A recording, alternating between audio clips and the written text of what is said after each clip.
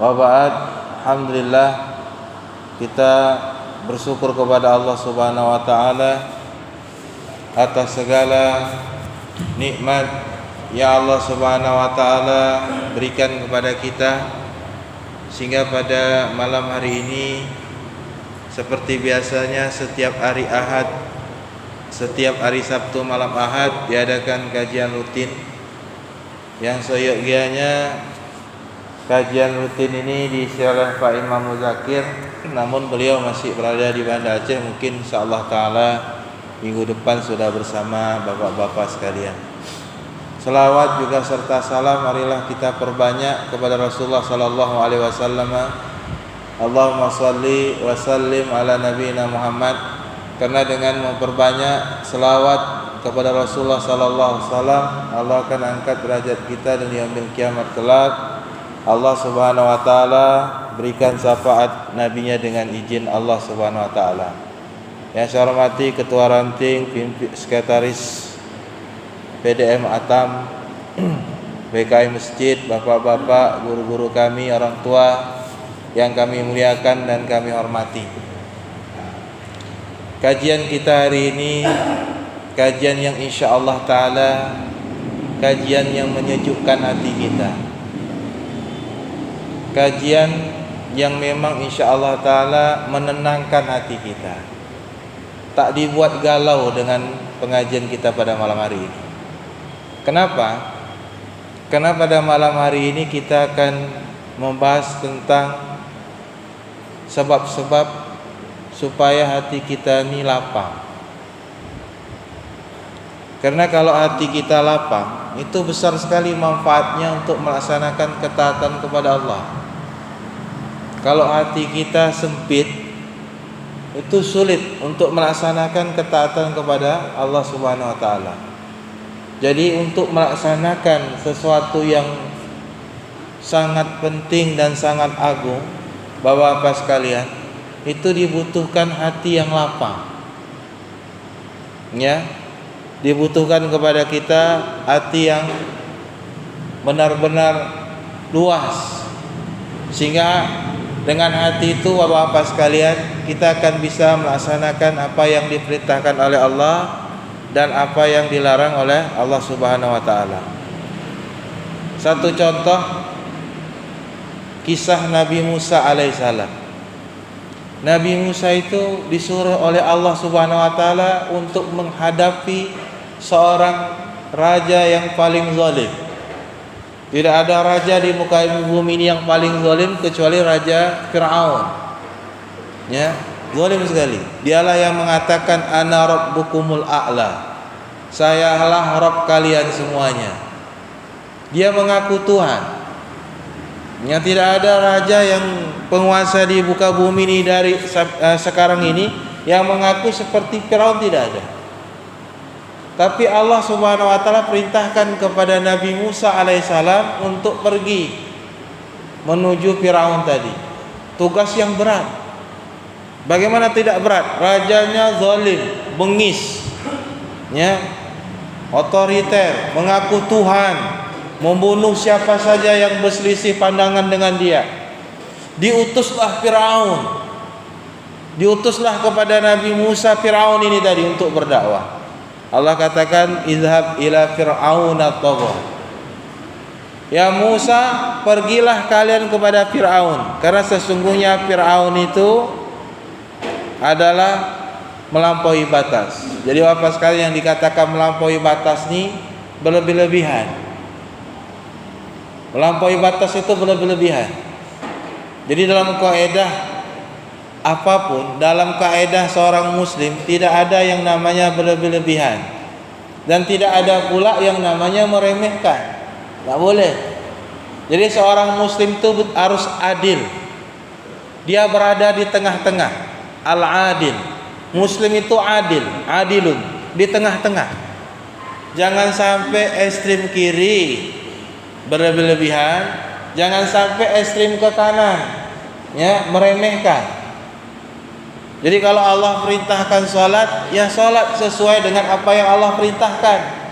Jangan sampai kita berlebih-lebihan, ya, dan juga jangan sampai juga kita meremehkan. Allah perintahkan wudu, ya wudu. Jangan sampai berlebihan. Ada timbul rasa was-was, mentara lagi selang wudu 5 menit wudu lagi. Selang 5 menit wudu lagi. Itu termasuk hal yang berlebihan. Selama tidak batal wudu kita tadi tetap berlaku. Al-yaqinu la yazulu syak. Keyakinan itu tidak akan meruntuhkan keraguan. Jadi kalau selama kita yakin belum batal wudu, tak perlu kita wudu lagi. Begitu Pak. Jangan sampai timbul was-was. Baru 5 menit wudu lagi. Baru 5 menit wudu lagi. Makanya mungkin bagi orang-orang tua itu ada penyakit yang yang tak bisa lagi ditahan. Dia udah berwudu kencing balik, udah wudu kencing balik. Itu dapat rukhsah. Ya, dalam ilmu fikih itu dapat rukhsah Bapak-bapak sekalian. Artinya yang wajib bagi dia wudu yang pertama sekali. Setelah dia wudu keluar balik itu tak masalah lagi. Karena udah di luar tanggung jawab dia itu. La yukallifullahu nafsan illa wus'aha. Itu ilmu fikih berlaku. Apa analoginya? Analoginya para ulama fikih menganalogikan dengan perempuan yang keluar darah isti'adah, darah penyakit. Itu analoginya. Ada wanita itu yang keluar darah terus. Keluar darah itu kan membatalkan wudu. Menurut jumhur ulama fikih. Keluar darah dari rahim itu. Dia keluar darahnya bukan darah haid tapi darah penyakit. Keluarnya terus menerus. Dilaporkan kepada Nabi, kata Nabi, cukup bagi engkau setiap kali masuk waktu salat engkau berwudu, engkau bersihkan berwudu. Kalau keluar setelah itu maka tidak apa lagi, kata Nabi. Inilah jadi analoginya orang yang sekarang ini, yang dia kalau udah wudu bagus, selang berapa menit kencing lagi, keluar sedikit aja tes gitu. Ini terus aja dia wudu. Ya, dia bersihkan lagi, nggak lama lagi keluar lagi. Kalau udah kena penyakit ini, maka wudu bagi dia cukup sekali saja. Saya sudah sebutkan tadi. Analoginya adalah wanita di zaman Nabi pernah mendapatkan penyakit isti'adah tadi, keluar darah terus menerus. Itu tadi. Jadi yang pertama itu yang wajib dibersihkan, wajib dia istinja yang pertama kali. Setelah dia sholat keluar lagi, jangan batalkan sholatnya. Itu dia Pak. Jadi jangan hidup berlebihan. Kalau kita seperti ini kan nggak sholat jadinya. Betul nggak? Baru Allahu Akbar, keluar netes, wudu lagi, balik lagi ngejar lagi, balik lagi ngejar. Kapan dia mau sholat berjamaah? Makanya dalam syariat Islam itu tidak boleh kita berlebihan. Sesuatu yang berlebihan itu tak baik. Ya.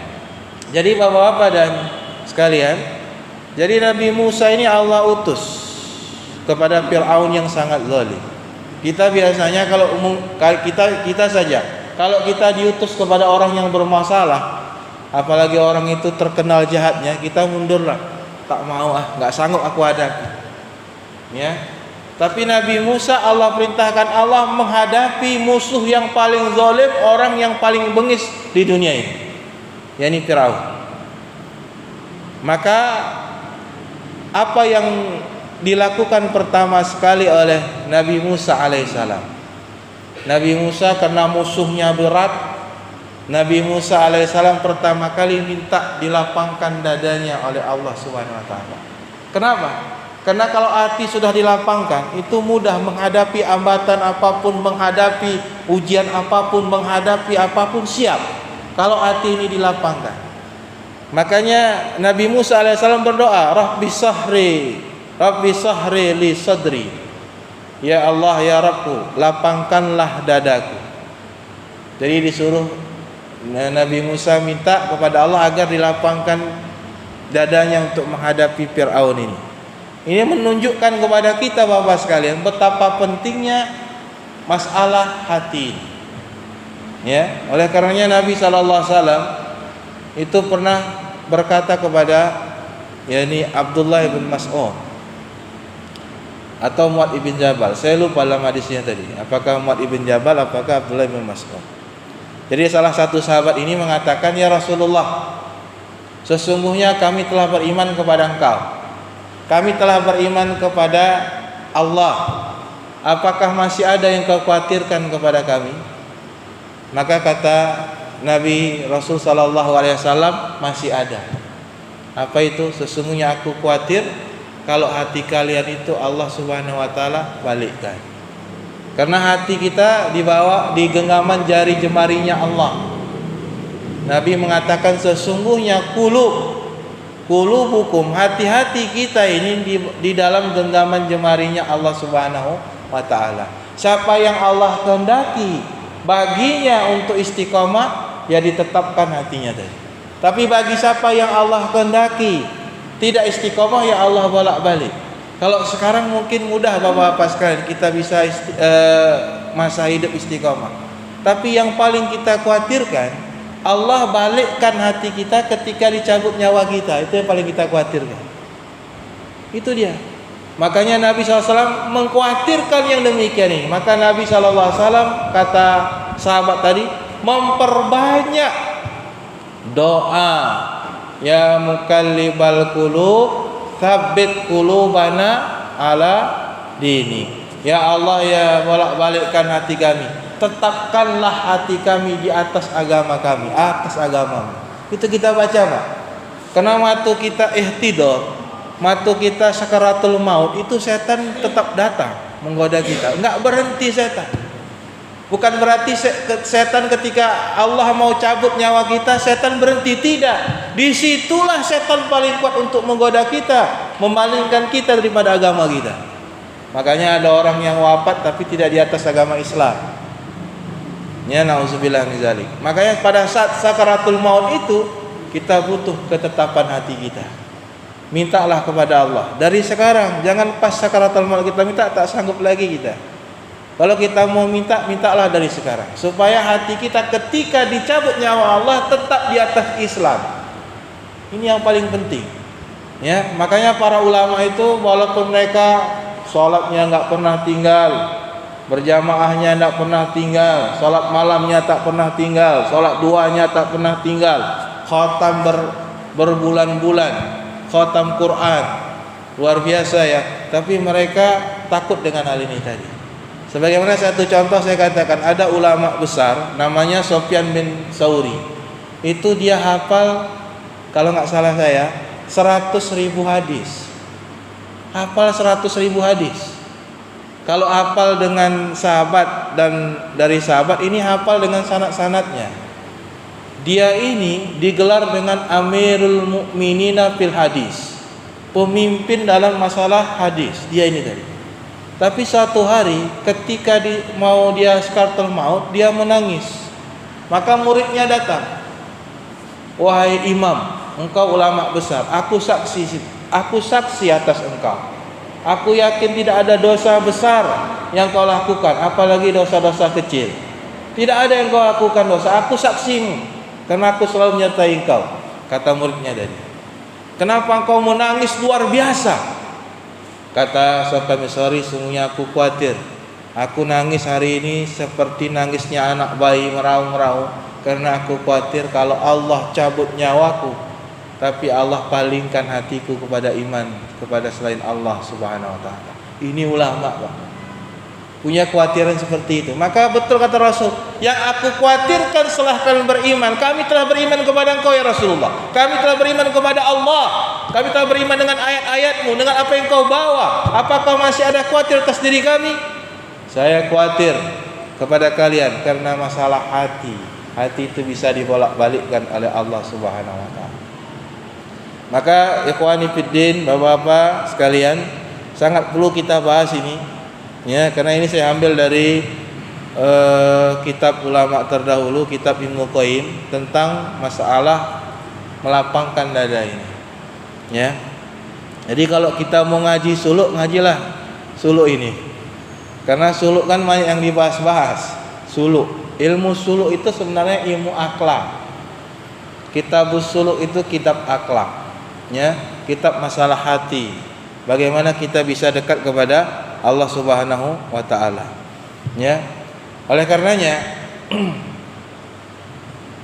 salah satunya yang bisa menyebabkan Allah Subhanahu wa taala melapangkan hati kita, supaya hati kita bisa lapang, kata Imam Ibnu Qayyim, yang pertama adalah dengan cara, yakni sebab yang paling besar itu adalah mentauhidkan Allah Subhanahu wa taala. Ini sebab terbesar.